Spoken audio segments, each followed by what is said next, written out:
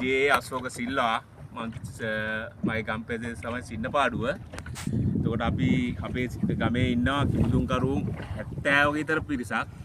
අද එයින් සෑහෙන පිරිසක් මේකට ඇවිල්ලා මේ කාර්යයට සහභාගී වෙලා තියෙනවා.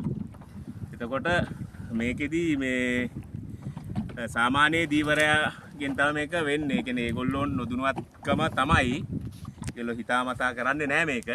මේ ඒගොල්ලෝ පාවිච්චි කරන මේ තංගුස් වර්ග තමයි මේ වල තංගුස් වර්ග, දැල් වර්ග මේ හැම දෙයක්ම තියෙනවා. එතකොට මේක දැන් අපි කිමුදුන්කරුවෝ වශයෙන් මේක පිරිසුදු කිරීමේ වැඩපිළිවෙල තමයි මේ ක්ලීන් ශ්‍රී ලංකා වැඩසටහනට සමගාමීව මේ අපි සමස්ත ලංකා මේ කිමුදුන්කරුවන්ගේ සම්මේලනය යටතේ මේක ගොඩ ගැනීමේ කටයුතු තමයි මේ අද දින සිදු කරන්නේ.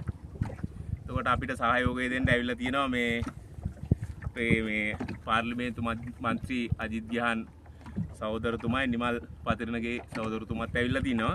එතකොට ඒගොල්ලෝ අවට මේ කෑල්ලෙම අද දින සිදු කරනවා. අපේ කිමුදුන්කරුවන්ට ජාත්‍යන්තර පිළිගැනීමක් තියෙනවා. ජාතික සහතිකයක් තියෙනවා. ඔව් ජාත්‍යන්තර පිළිගැනීමක් ලොකුවට තියෙනවා. හැබැයි ඉතින් අපේ ලංකාවේ ඒක ඇත්තටම නෑ. ලංකාවේ නැහැ.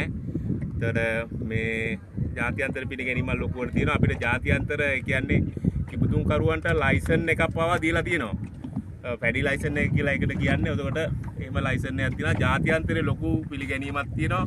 මොකද අපි මුහුදු පතුලෙන් ඒ කියන්නේ ගන්න විසුතුරු මසුන්, හක්බෙල්ලෝ, මුහුදු කූඩැල්ලෝ, එතකොට මස් පිටරට යවන මේ මක්ස වර්ග තියෙනවා. ගිරා මසුන් වගේ ඒ වගේ ඒවල හැම එකක්ම ඩොලර් තමයි. එතකොට ඩොලර් තමයි, රුපියල් වලින් ඒකේ මුකුත් වෙන්නේ නැහැ. ඇත්තම කතාව. එතකොට මෙහෙ අපි අල්ලන සියලුම දේවල් ඉතින් ගොඩක් ලොකු විදේශ විනිමයක් ගේනවා. අපිට ඇගීමක් නැහැ. ඇගීමක් මේතුවක් කාලයකට තිබුණේ නැහැ. ඉතින් මේ ජාතික ජනබල වගේ ආණ්ඩුවක් යටතේ මේ ඒක ඉෂ්ට වෙයි කියලා අපි හිතනවා. ඉතින් අපේත් යම් කිසි සේවාවක් තියෙනවා. අපිට තමයි මේක ගන්න පුළුවන්. කිමුදුන්කරුවට තමයි මේ කොරල් පිරිසුදු කරන්න පුළුවන්. මොකද සාමාන්‍ය දිවරට ඕක කරන්න බෑ.